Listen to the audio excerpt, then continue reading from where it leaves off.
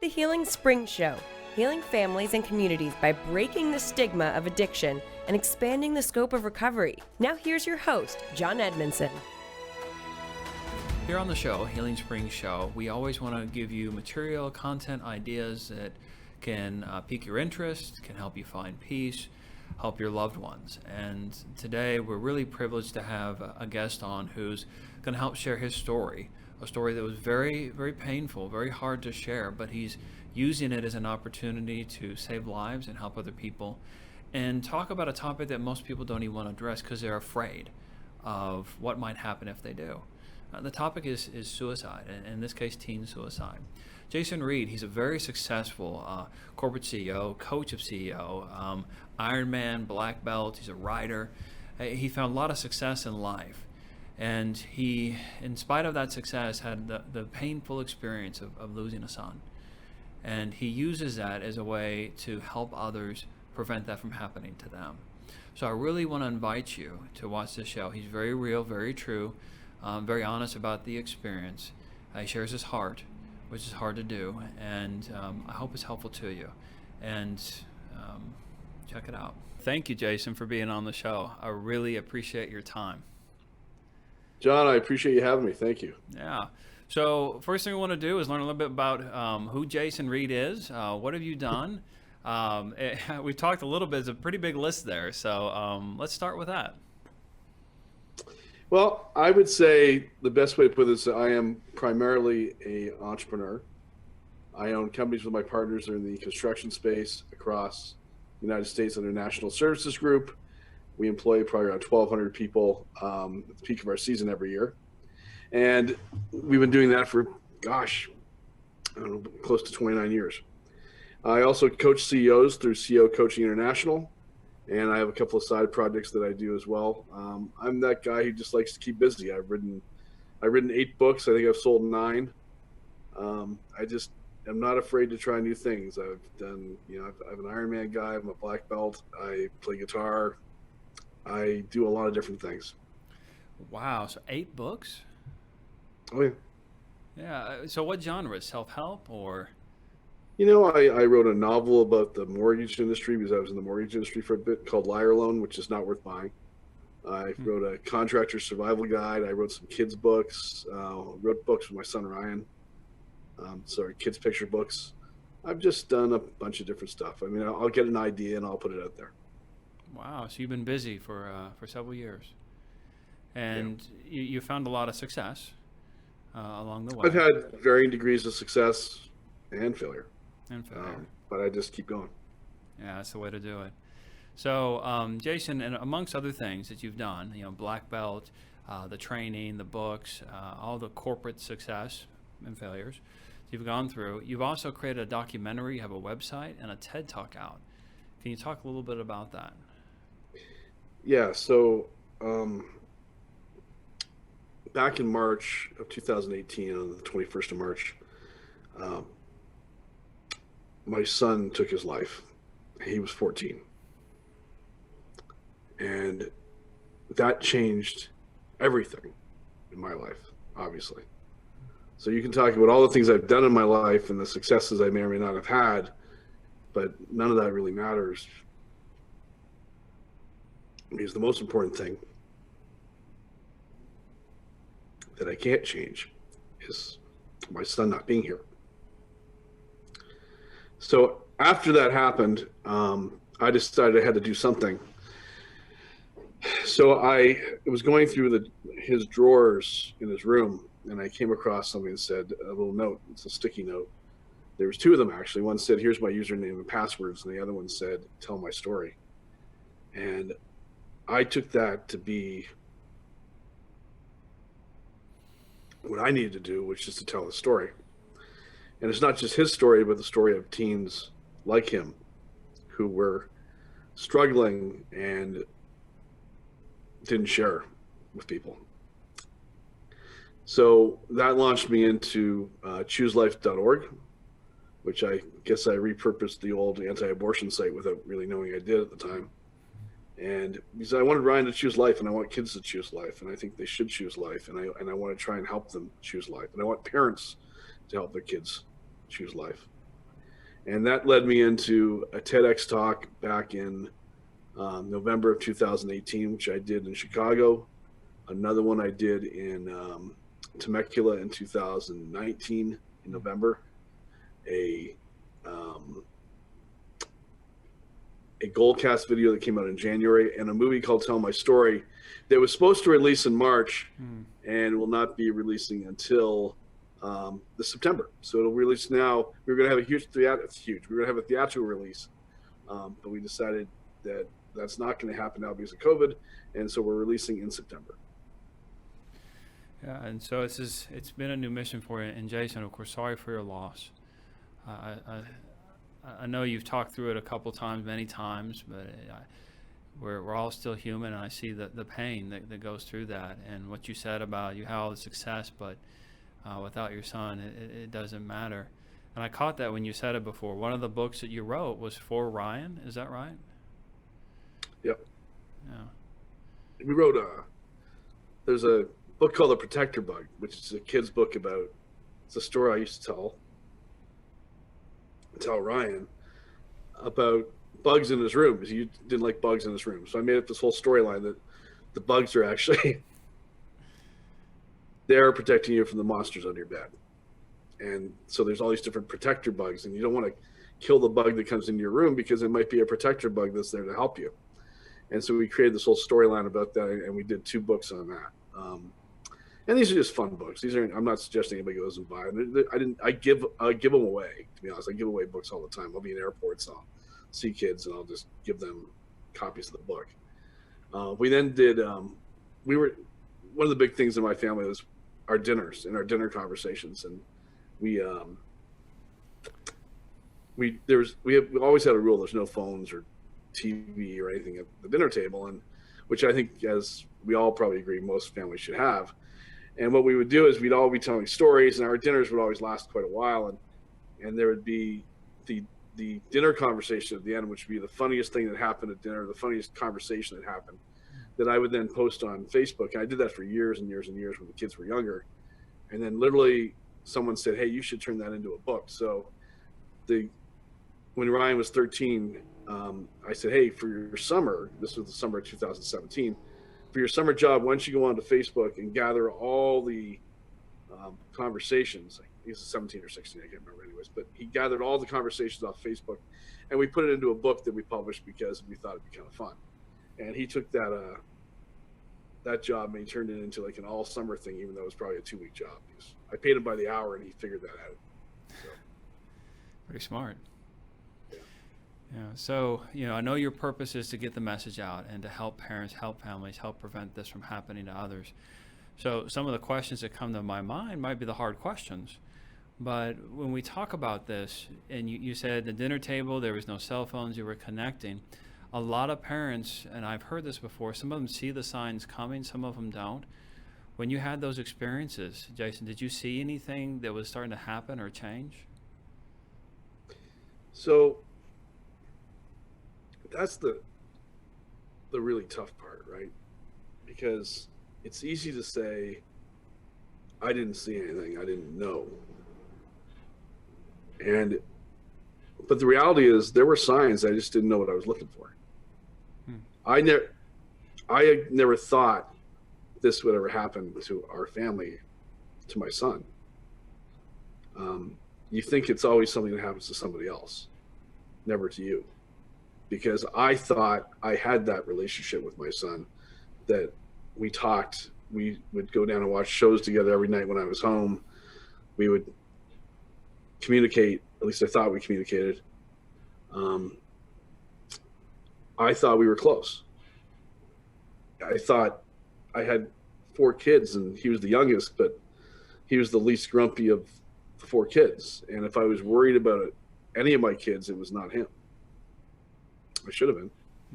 I didn't know what signs to look for, right? As I look back now, it's easy to see that he was getting grumpier and I just didn't notice it. I thought he was just a teenager.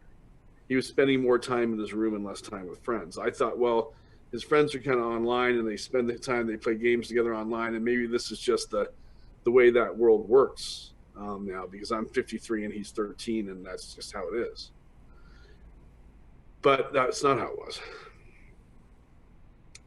I didn't see the signs. I didn't notice what was happening. Now, I will tell you that he went out of his way to hide it.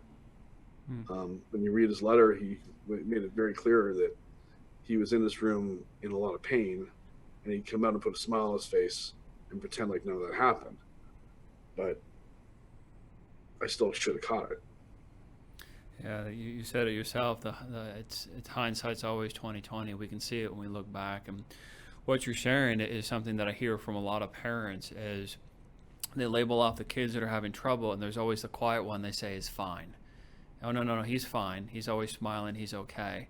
And many times they get overlooked or they get ignored unintentionally, as you were saying. But your message is saying that even though they look like they're fine, they're probably smart kids, know how to hide it, they're not. And maybe they need more support. Well, and I think that this is such a hard topic because not every child is going to try and kill themselves. More do now and more think about it than I think when we grew up. And it's getting worse. But not just because your kid is alone in their room doesn't mean you should have alarm bells going off. But you still need to check on your kids. And I didn't check on my kids enough. I didn't think about the mental health of my kids. And when you take a look at chooselife.org, and the message I'm trying to get across to people now is that, when I grew up, John, it wasn't this way. Yeah. The stress and pressure on kids today is so much different than it was when I grew up. If you just take the world we live in right now with COVID, and hopefully, well, I don't know, who knows how long we're living in this world, but we're living here now. I didn't have that to grow up with. I was a 13-year-old kid. My biggest issue is I'm going to leave the house on Saturday morning and come home when it gets dark. And I was off riding bikes with my friends, and we'd be fishing or doing whatever the heck we're going to do. And maybe we get in trouble because I came home and it was dark out. My parents didn't know where I was. And I didn't know what was going on in the world. The news was something that my father would watch and maybe my mother would watch, and I'd see on the TV as I walked from one room to another. Right. But I can't think of anything.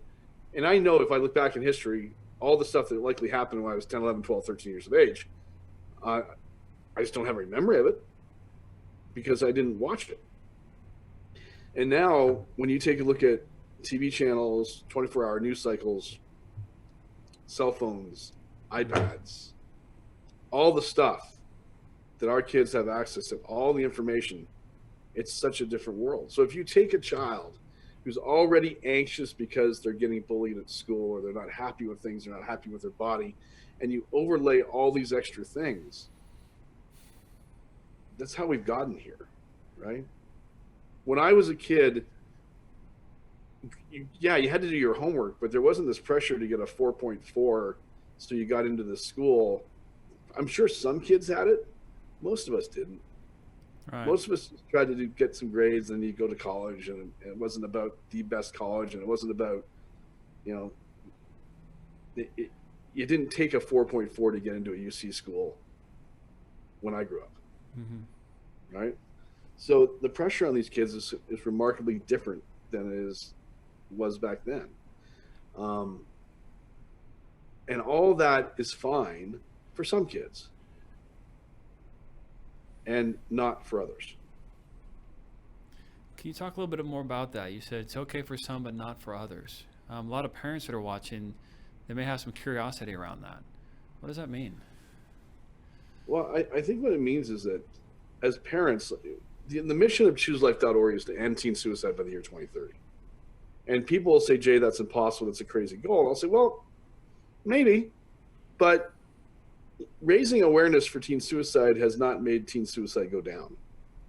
It's gone up every year. We didn't set out to raise awareness about polio. We're not setting out to raise awareness about COVID. We'd like to create a vaccine that gets rid of it. So raising awareness is nice. It's great. And a lot of people have done a good job of it, but it hasn't solved the problem. We need to go out there and end teen suicide. As I went through that whole conversation with my team and said, how do we do that? Well, it wasn't about doctors, and it wasn't about schools, and it wasn't about therapists, which all are contributing factors to everything. It was really about, as parents, we need to own the mental health of our kids the way we own the physical health of our kids.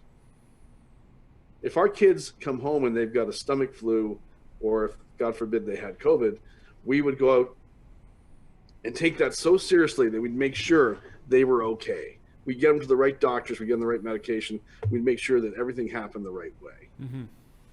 We don't check in. I didn't check in. Most of us don't check in, or some of us don't check in on the mental health of our kids. We don't own that in the same way. And so if we do that, if we check in on a regular basis and have the conversations about how they're really feeling, we have a much better chance of changing the reality of teen suicide. You have a much better chance of saving your child's life. And again, not every kid is going to go down this path. Some are perfectly fine with the pressure they put on themselves and you put on them. Mm-hmm. Some are perfectly fine dealing with their own bullies, and they probably all have them, because we all did. Some are perfectly fine with the fact that they see stuff on Facebook and Instagram and go, I just don't care. And some aren't. And if you don't know what category your kid falls into, that's the problem. I didn't know what category my kids fell into because I didn't think about it. I did not own the mental health of my son. That's powerful. And when you talk about that part of we got to know who the kid is, what I like about what you're saying is you're not giving a cookie cutter solution to this. Like, okay, here's the new perfect answer. You're saying it's about being smart about how each kid is. Because a lot of times in mental health, what I've seen, people reflex to the opposite. So let's make it too easy for them. Let's not give them challenges. Let's not push them too hard. Let's isolate them. And then we'll have a whole new series of problems. But what I hear you saying is some kids maybe need a little bit more support. Some kids you can push them as hard as they can go. And some kids, maybe they land somewhere in between. And the role is on the parents to figure that out, as opposed to just giving one answer for all their kids, if I'm hearing you right. No, I think that's what it is. I mean, look at John. I don't know what it's like to be depressed. I've never been depressed in my life the way people experience depression. I've had moments in my life where I've been sad. Mm-hmm. Okay. Depression? No. Not the way, the debilitating way in which Ryan was depressed, where others are depressed, where they can't get out of bed, they can't look at life, where I see all sunny skies and they see all gray skies. And I never even understood that existed until I started diving into it after Ryan. And how common do you think that is? I know we started off with all these great successes that you had in the corporate world, and what we've seen is many 18-player moms and dads, they got there because they're able to kind of focus or push through their depression or not see it. How common do you think that is with well-intentioned parents, very successful, that might be overlooking this? Well, unfortunately, I think it's probably more common than we want it to be, right? I mean, if you just take a look at the rise in suicide rates without getting into all the stats, it's going up every year, and it's unfortunately going to go up a lot this year. And the stats, unlike COVID that shows up every day in the stats, suicide stats show up a year later for whatever reason. But we've seen a rise in calls into suicide hotlines and everything over the last few months. But when you get back into how many parents are actually paying attention, it's hard to say. I don't think I don't think any of us have a good stat. I hope more are now. Mm-hmm.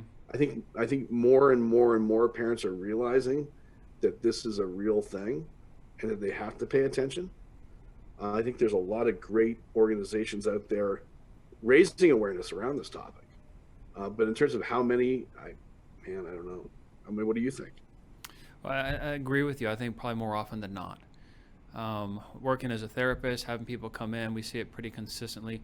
Great moms and dads work super hard. They really know how to get things done. But then when it comes to managing their own depression, their own anxiety, or maybe they just don't have it, it's a challenge. And many of them, they have the idea is, I think I'm doing the best for them by not addressing that, by helping them move forward because that's how they found their success. And so I agree with you. I think it's pretty common. And it was something I was going to ask you was, all these parents who have children that go through it, either at risk or they've taken their lives, these parents are trying to help in their own way, but they're missing something.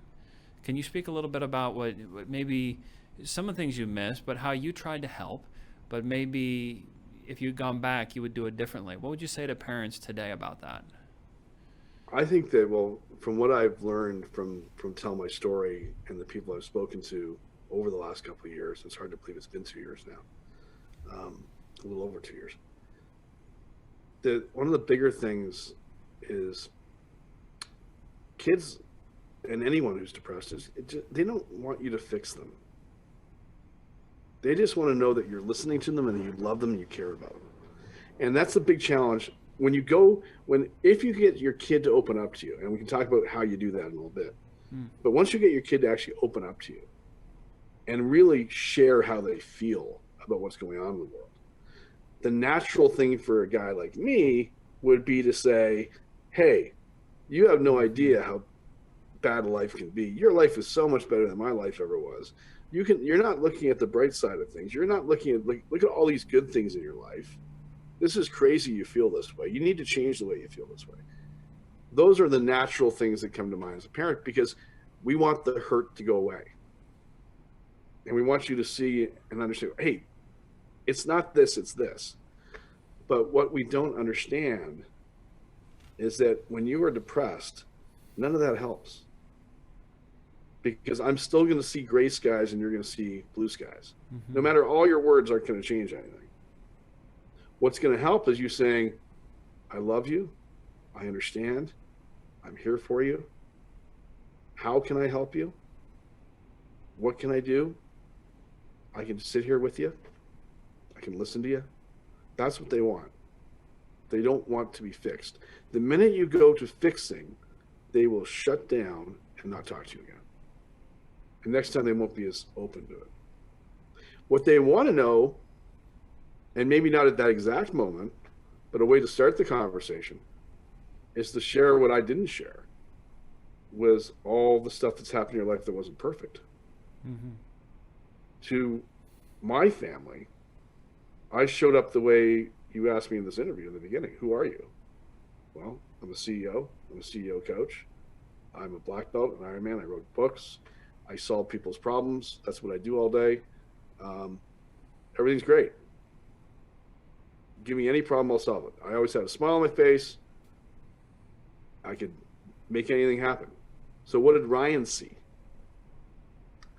Ryan believed that that's the way a man should be. And that there must be something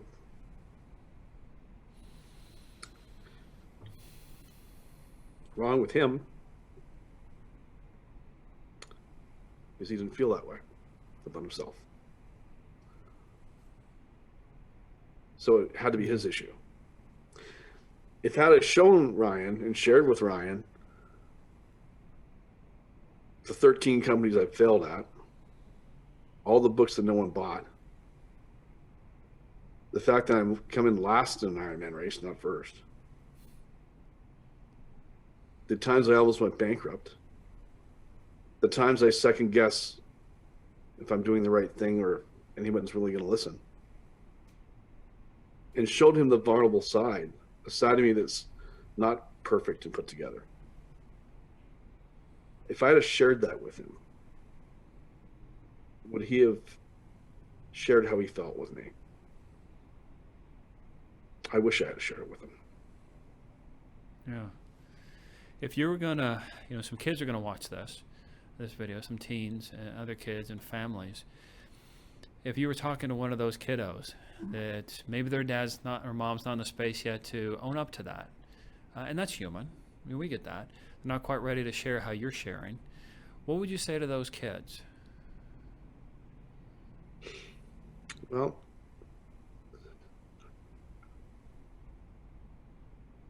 I would share with them that if you look around your world, on Facebook, on Instagram, your parents, your friends,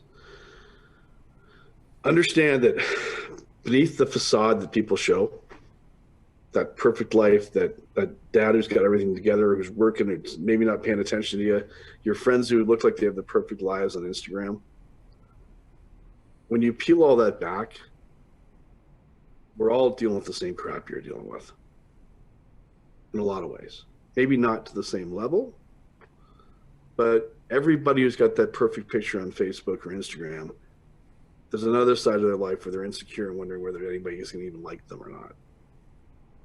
Whether their friends will actually pay attention to them or not, or care about them. Whether they're living up to the standards of their parents. And your dad and your mom are still wondering if they're living up to the standard of their parents. So a lot of ways, the way you feel, I'm not trying to fix you. I'm trying to let you know you're not by yourself and you're not alone. We all have the same feelings. We just don't all share them. And I would say to you, you may not feel right now like you're loved. You may feel like you are all alone.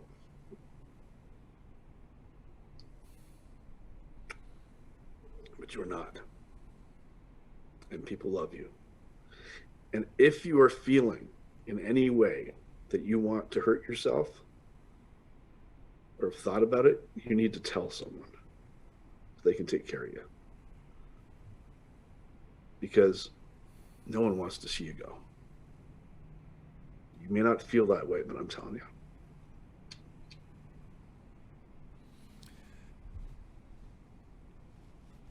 It's a powerful message. It's a hard one to share. Yeah. It's a hard world. Yeah, it can be. But then those of us who take our pain and use it to help others, it can help.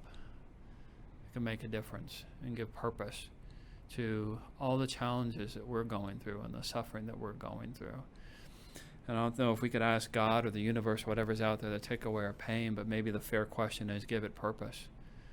Allow it to help others so they don't have to go through what we're going through. And Jason, you're doing that. Well, I want to help.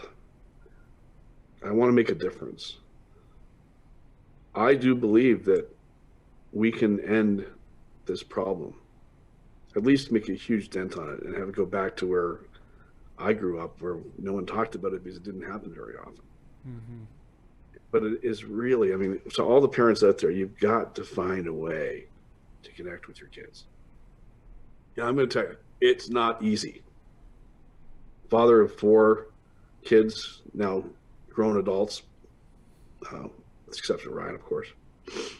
It's hard because you reach a certain point and your kid's 13 and you become an idiot in their minds.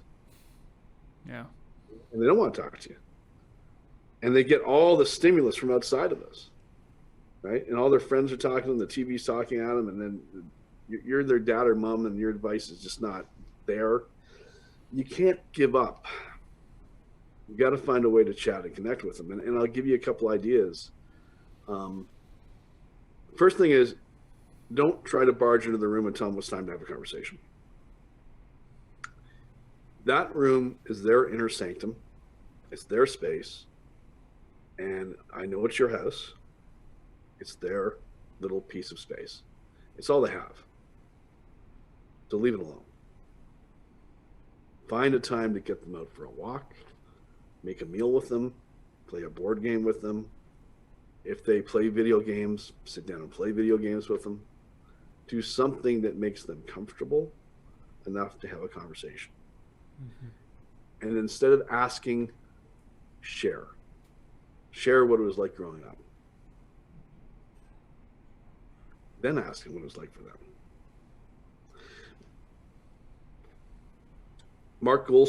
Dr. Mark Goulston, who's in our movie, does a great deal around the 7 words. Mm-hmm.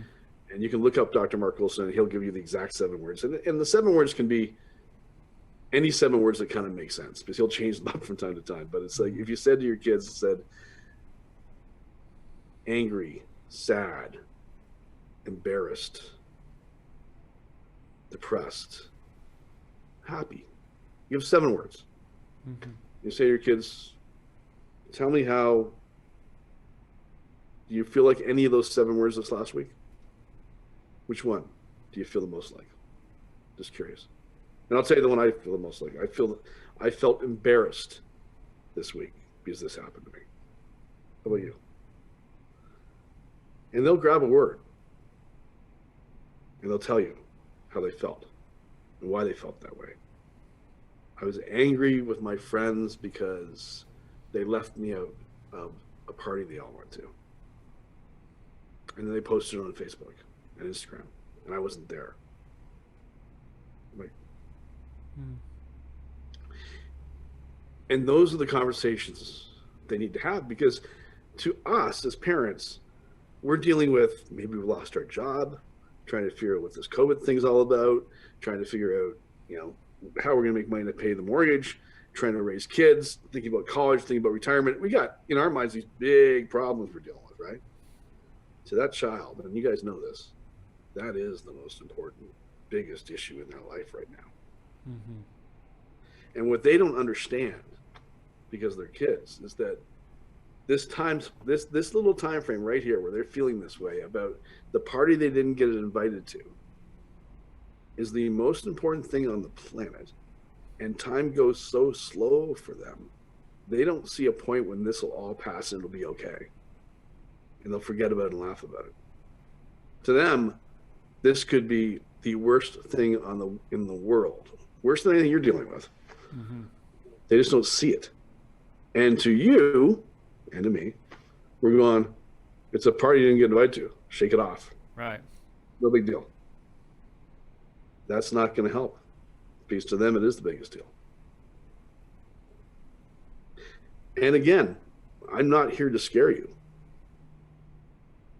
Because most kids will not attempt to take their own life. But the stats are showing that more and more and more have thought about it, which is scary. Yeah. But and more are doing it and hurting themselves and harming themselves and self-harming themselves. You just have to understand your kid. And if they're going down that path, you have to have the conversation that says, are you thinking about hurting yourself? You can't be afraid of that conversation. Because parents say, oh, I don't want to put that in their head. Well, it's already in their head. You're not putting it in their head. Trust me. And if they are saying, yeah, I have thought about it, then you have to have the conversation deeper. Because what you don't understand, and which I never understood, if you open the conversation to someone who's thinking about taking their life or hurting themselves, they're just waiting for someone to say something to them. They want to have the conversation. They don't know how to start the conversation. Kevin Hines from The Ripple Effect, I did a podcast with him last week, and he has a great movie. He is the gentleman who jumped off the Golden Gate Bridge and lived. Wow. And Ripple Effect is a great movie about Kevin's journey. Kevin speaks all around the world now about this, and this movie is fantastic. And Kevin talks about standing on that bridge, ready to jump, wishing that just one person would ask how he was. And if one person had stopped, and if all the people walked past him, one person had stopped and asked him how he was, he likely wouldn't have jumped. Just one simple question. One moment. And that could have made the difference for him and made a difference for probably a lot of people out there. They're just waiting and hoping. Yeah. And I bet even what we've seen is even the kids that are acting out, that are aggressive, they're also waiting for that question too. They want someone to connect to them, someone to listen to them. Some kids act out and you see it, but they're waiting for the question. Other kids act in, we don't see it, and they're waiting for the question. I think your point is spot on. If we just stop and check in more, that difference would happen. You talked about your movie. Oh, go ahead. If I just want to follow up on one thing, because I think we got to finish off the rest of that conversation, is if they say, I'm thinking about hurting myself, the next question has to be, do you have a plan on how you want that are going to do that? If the answer is no, great. Then we can have a conversation. Let's talk about getting into having someone else to talk to besides me. Let's do all the right things, right? Right. But it's not like, we're not like tomorrow, like today, like this hour. We're going to be likely okay, but we need to know we have to talk about it. If they say, yes, I have a plan, and here's how I want to do it, then you need to get to the hospital right away before they actually do it. Ryan had a plan.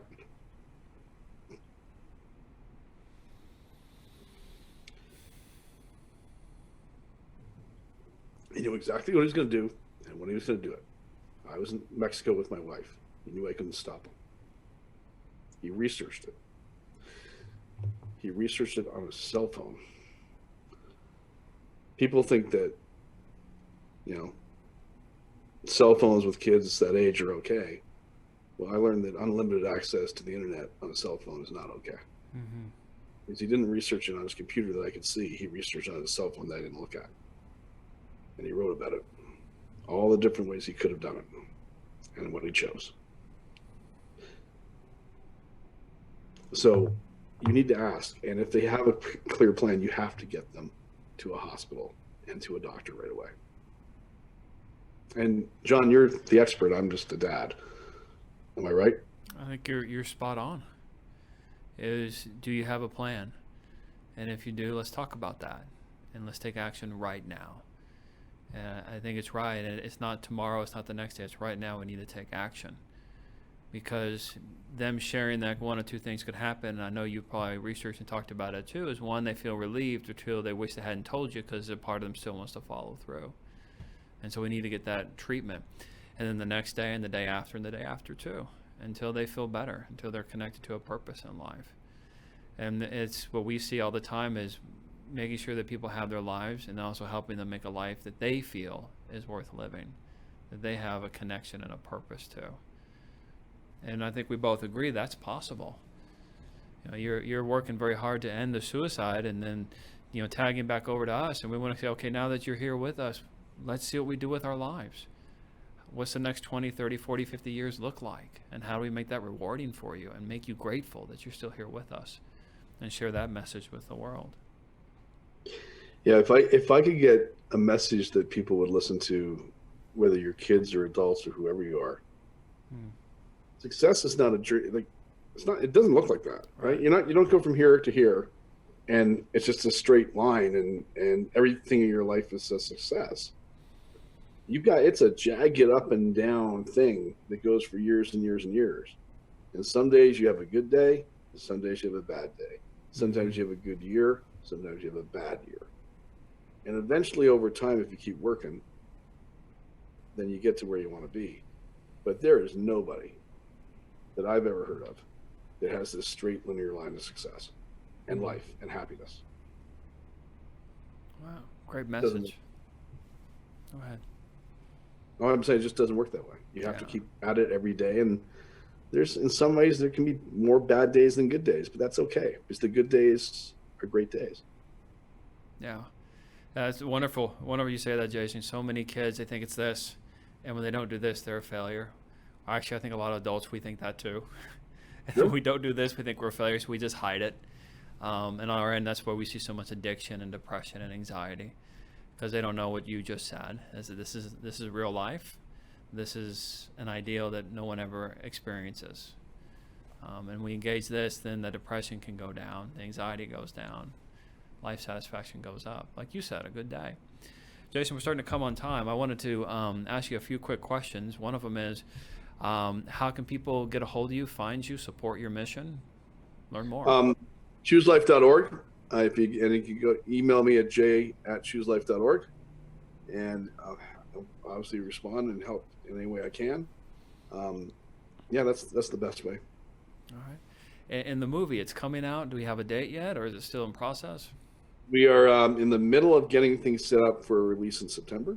It's obviously, with theaters being closed, it's a different world than it was.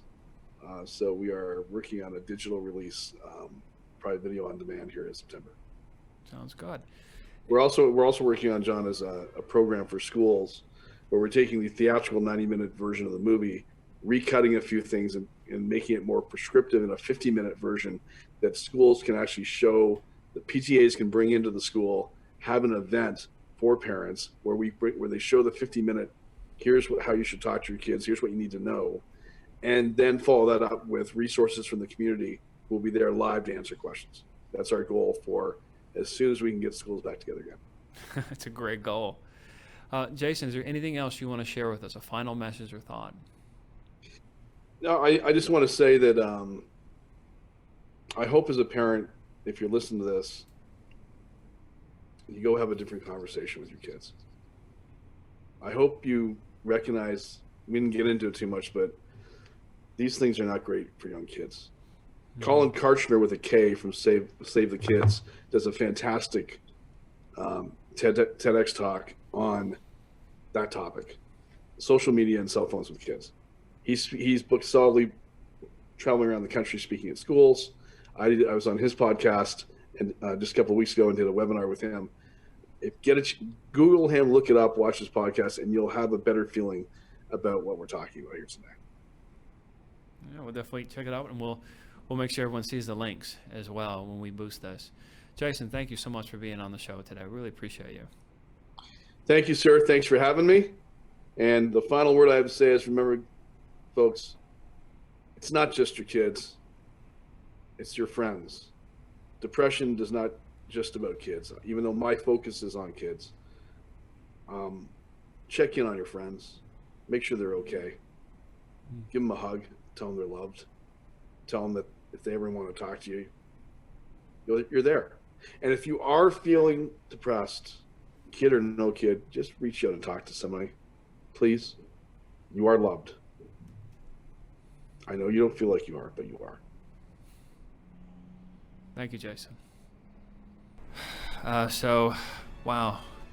It's a powerful story. Jason, he shared a lot with us today. And I hope you do more than just watch this and leave it at that. I hope you take some of the information, the links, the knowledge he shared with you, and share it with your friends, with your family, your churches, with schools. And you go to his website, which we'll post, and the other resources he talked about, we'll have those online as well. Let's do this together. Let's be part of his mission, his challenge of ending teen suicide. And it could be hard, it could be difficult, obviously, but let's go for it together. And Jason, thank you again for being on our show and being the leader to help us do this. We'll see you next time.